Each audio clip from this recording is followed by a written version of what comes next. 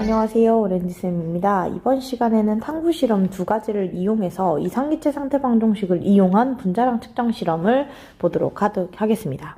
첫 번째 실험 1하고 2가 있는데 영상으로는 실험 2에 대한 영상만 있어요. 영상 먼저 보고 오셔야 좀 더 이해하기 쉬우실 겁니다. 자, 먼저 첫 번째 실험 가보도록 할게요. 이상기체 상태 방정식을 이용하면 이산화탄소의 분자량을 구할 수 있다.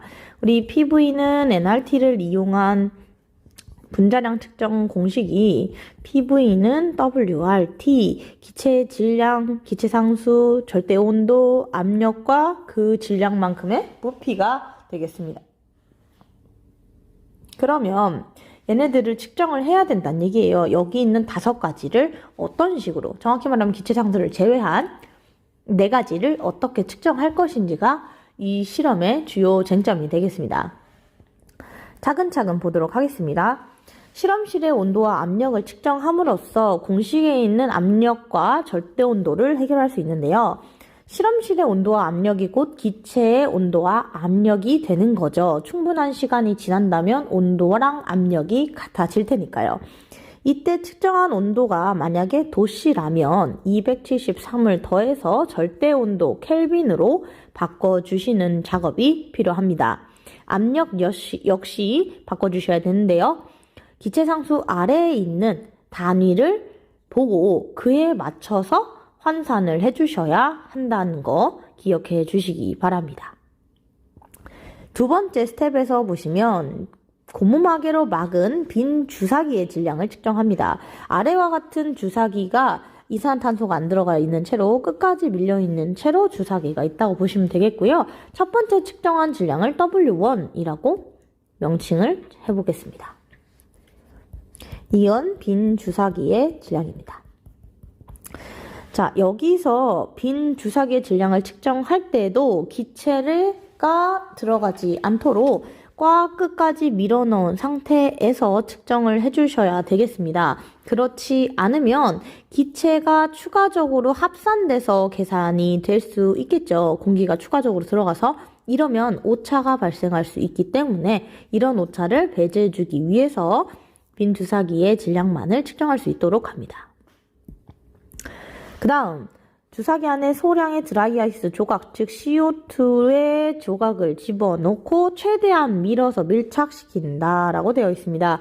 최대한 밀착시키는 이유는 아까 W1에서 빈 주사기의 질량을 측정한 것과 거의 비슷한 맥락이라고 보시면 됩니다. 안에 만약에 공기가 추가적으로 들어가게 되면 추후에 측정하는 질량과 부피값에 오류가 발생할 수 있기 때문입니다. 오차가 발생할 수 있기 때문입니다. 자, 그 다음에 드라이아이스가 모두 승화하여 라고 되어 있습니다. 이 드라이아이스의 특징이 뭐였습니까? 상온에서 기체 상태로 승화된다 였어요. 그래서 가만히 놔두면 이산화탄소가 점점 기화되면서 승화되면서 이만큼의 부피를 가지게 되는 거죠. 단 여기서 주의할 점이 드라이아이스가 차가운 상태에서 승화를 하기 때문에 이산화탄소가 채워지게 되면서 안과 밖의 온도 차이가 발생을 하니까 주사기 외부에 물방울이 맺히게 됩니다. 반드시 물방울을 제거해 주셔야 돼요. 만약에 주사기에 물방울이 남아있는 채로 질량을 측정을 하면 이때 두 번째 측정한 질량, 주사기의 질량 W2라고 해보겠습니다. 이 W2에는 빈 주사기와 안에 들어가 있는 이산화탄소, 그 다음에 물에 대한 질량이 추가적으로 들어가는 거죠. 이렇게 되면 우리가 공식에서 이산화탄소의 질량이 필요하기 때문에 두 번째 측정한 빈주사기와 이산화탄소가 합산된 질량에서 빈주사기 W1을 뺨으로써 이산화탄소의 질량만을 얻고 싶지만 오차 원인으로 물에 대한 질량이 추가적으로 들어가기 때문에 이를 배제하기 위해서는 물을 반드시 제거해 주셔야 됩니다. 그 다음에 뭘 기다립니까? 더 이상 물방울이 맺히지 않을 때까지 기다립니다. 이 작업은 왜 하느냐? 기체의 압력과 기체의 부피는 온도와 압력의 영향을 받습니다. 특히 여기서는 온도 변인이라고 해야 되겠네요. 더 이상 물방울이 맺히지 않을 때까지 기다린 이유는 기체 외부의 온도와 실험실의 온도와 내부의 온도가 동일하게 해주기 위해서예요. 기체가 만약에 처음과 나중에 측정하는 온도가 다르다면 우리가 앞서 측정한 실험실의 온도와 압력을 이용할 수 없게 되는 거예요. 그렇기 때문에 충분히 기다려줘야 합니다. 이렇게 기다린 후에 이산화탄소의 부피를 측정을 하게 되는 거죠.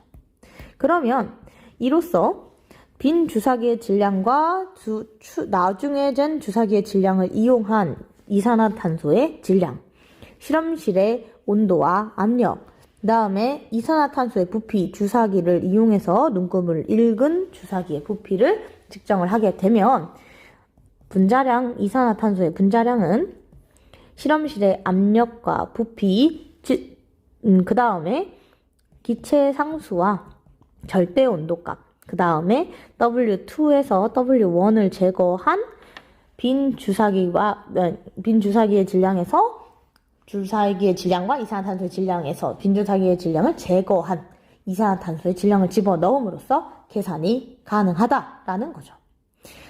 자, 이런 실험을 하실 때는요, 반드시 실험상에 발생할 수 있는 오차들을 잘 정리를 해주셔야 되는데요. 어떤 식의 오차가 발생할 수 있는지 한번 체크해 보도록 하겠습니다. 먼저 첫 번째입니다. 실험실의 온도와 압력이 꾸준히 일정하지 않을 수 있다. 즉, 고정적이지 않다. 그리고 기체와 다를 수 있어요. 우리가 지금 가정하고 있는 거를 첫 번째로 생각을 해보면 실험실의 온도와 압력이 곧 기체, 이산화탄소의 기체의 온도와 압력과 동일하다인데요. 사실상 실험실의 온도와 압력은 일정하지 않죠. 바람이 불거나 온도가 갑자기 낮에서 점심때로 넘어가는 기온이라면 나중에 측정했을 때가 온도가 높을 수도 있고요. 이런 여러 가지 변인이 있을 수 있다는 겁니다. 두 번째, 피스톤을 최대한 넣어서 밀착시킨 후에 고구마개로 막는다. 이 과정과 빈 주사기의 질량을 측정하는 과정에서 발생할 수 있는 주사기 내부에 공기가 존재함으로써 발생할 수 있는 오차 원인이 있을 겁니다. 이거는 실험 과정상에서 발생할 수 있는 오차고요. 첫 번째 단계, 두 번째 실험 스텝에서는 우리가 빈 주사기의 질량을 측정할 때 완벽하게 공기를 제거함으로써 오차를 줄일 수 있고요. 두 번째 과정에서는 최대한 넣어서 밀착시킴으로써 오차 원인을 줄일 수 있습니다. 세 번째 요인을 얘기를 해볼게요. 아까 얘기했듯이 외부의 물방울이 세 번째 변인이 될 겁니다. 외부의 물방울을 제대로 제거하지 않는다면 뭐가 다르게 측정이 되냐? 이산화탄소의 질량이 측정에 오차가 발생을 할 수 있을 겁니다. 반드시 외부 물방울을 제거함으로써 정확한 이산화탄소의 질량을 측정할 수 있도록 해주셔야 되고요. 더 이상 물방울이 안 맺힐 때까지 기다리는 부분은 바로 첫 번째 오차에서 뒤에서 얘기한 기체의 온도와 외부의 압력과 온도가 다를 수 있다. 여기에 해당이 될 겁니다. 충분한 시간을 기다려야만 실험실의 온도가 곧 기체의 온도가 될 테니까요.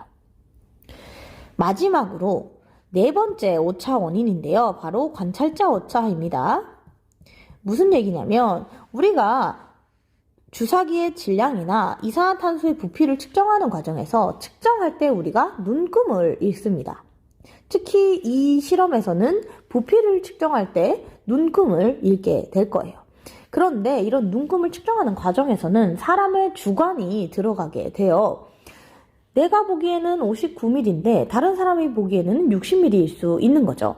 이러한 관찰자의 주관적인 시각에 대한 오차가 발생을 할 수 있고요. 이런 측정 과정에서의 오차가 발생을 할 수 있습니다. 예를 들어 좀 더 디테일하게 가보자면 전자저울을 쓰는 장소가 오차가 있다든지 저울 자체가 오류가 있을 수도 있고요. 0점 조절이 안 된다든지 여러 가지 질량을 측정하는 과정에서도 추가적인 변인이 있을 수야 있습니다만 지금 과정상에서 가장 오차가 클 만한 부분은 사실 이산화탄소의 부피를 읽는 주관적인 사람의 주관이 들어간 이런 오차 부분이다라고 얘기를 할 수 있습니다.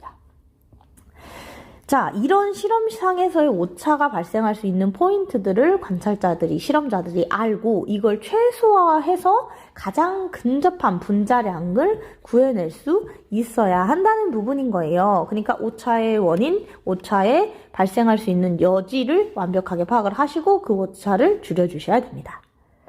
그래서 아래 실험 과정을 보면 실험실의 온도와 압력, 그 다음에 빈주사기와 이산화탄소가 들어가 있는 주사기의 질량, 그 다음에 이산화탄소의 부피를 보시면 되는데 여기서 기체상수 아래 우리 단위가 뭐였는지 혹시 기억하십니까? 기체상수 아래의 단위를 기억해 본다면 ATM의 리터, 그 다음에 아닌가요? 반대로인가요? ATM 리터 퍼 몰 켈빈이 되는데요. 보통 우리가 쓰는 0.082에 대한 단위값이 이렇게 나옵니다. 우리 앞에서 수업했던 거 복습해 오세요. 그러다 보니 기체상수 아래서 제시된 단위에 맞춰서 여러분들이 여기 측정된 데이터를 변환하는 과정이 반드시 필요합니다. 여기에서 들어갈 값은 절대 온도 값인데 실험실의 온도를 그대로 가져다 쓴다든지 압력이 예를 들어 지금은 기압으로 쟀지만 예를 들어 밀리미터 Hg로 쟀다라고 했을 땐 이 밀리미터 Hg를 ATM으로 변환을 한다든지 밀리리터를 리터로 변환을 한다는 과정이 필요하다라는 거예요. 왜냐하면 우리가 기체상수에 있는 단위는 PV는 nRT라는 공식에서 유도됐기 때문에 알맞은 기체상수 값에 따라서 여러분들이 집어넣는 데이터 값을 변환해줘야 된다라는 부분 기억해 주시기 바랍니다. 그래서 실험 정리 과정을 보시면 우리가 앞서 얘기했던 부분들이 들어가 있을 거예요. 잘 기억을 해보고 만약에 데이터가 주어졌을 때 내가 이산화탄소의 분자량을 구할 수 있을지 잘 생각해보고 접근해보도록 합시다. 자, 두 번째 실험입니다. 이번에는 산소의 분자량 구하기 실험인데요. 이 실험은 영상이 있으니까 반드시 보고 오시고요.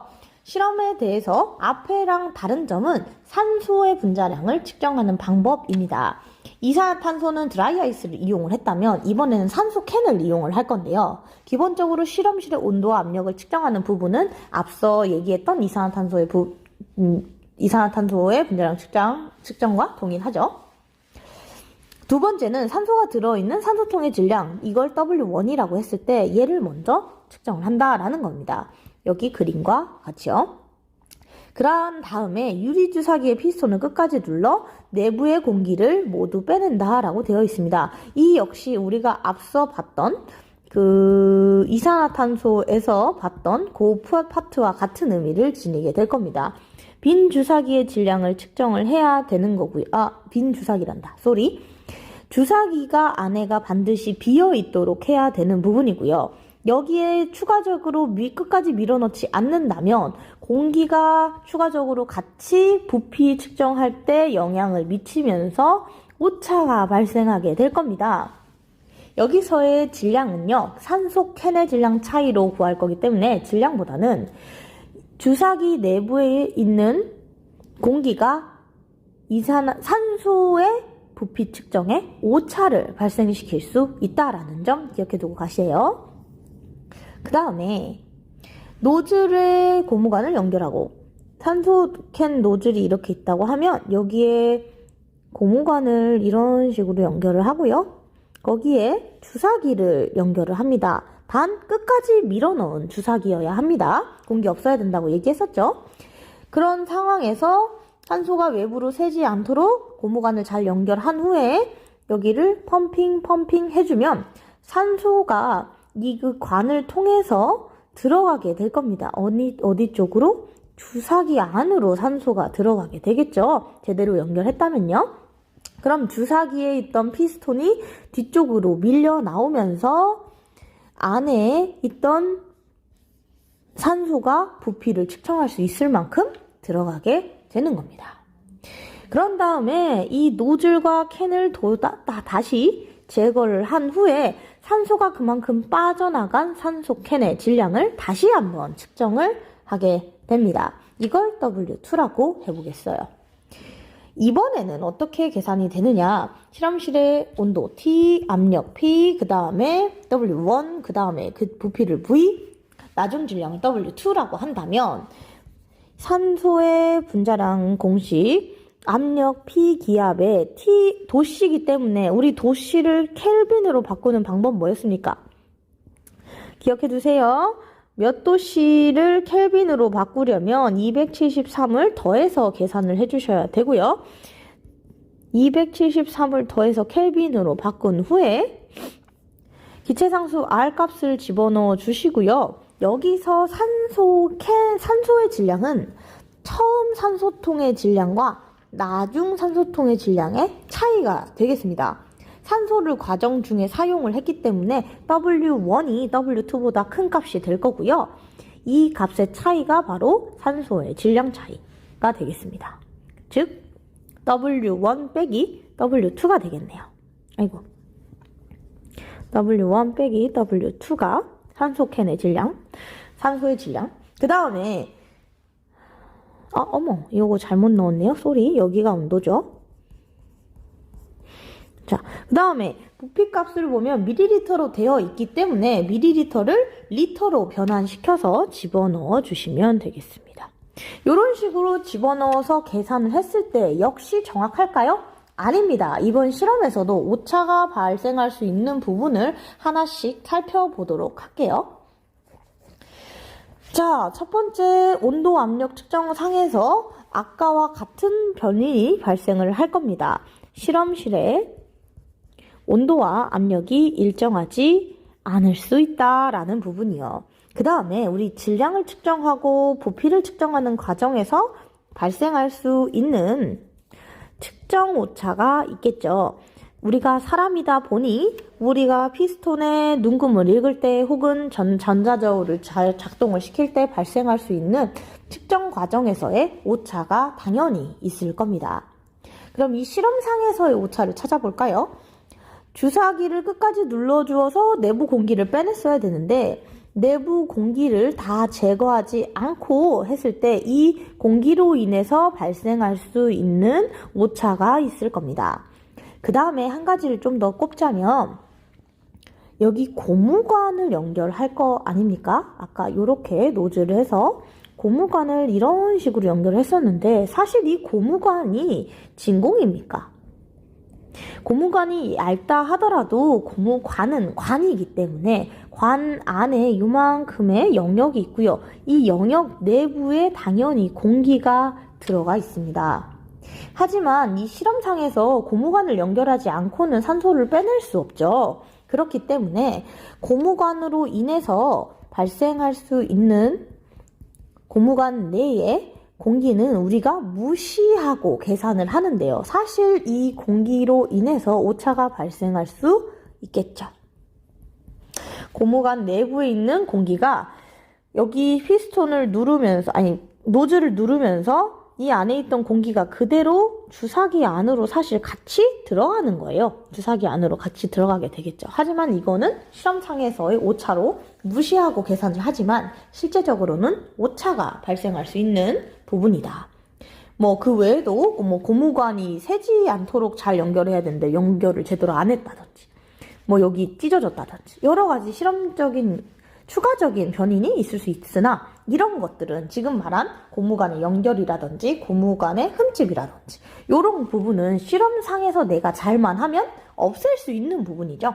없앨 수 있는 부분이라서 딱히 얘기하지는 않겠습니다. 자, 이번 실험 2개에서 여러분들이 기억해 주셔야 될 게 있습니다. 이 실험 과정과 실험 과정에서 발생할 수 있는 오차 요인들 잘 기억해 주시고요. 실제로 이 데이터들을 이용해서 여러분들이 자료를 해석하고 그 다음에 적당하게 데이터를 변환해서 그 결과적으로 분자량을 구할 수 있는가에 대해서 고민을 해보시기 바랍니다.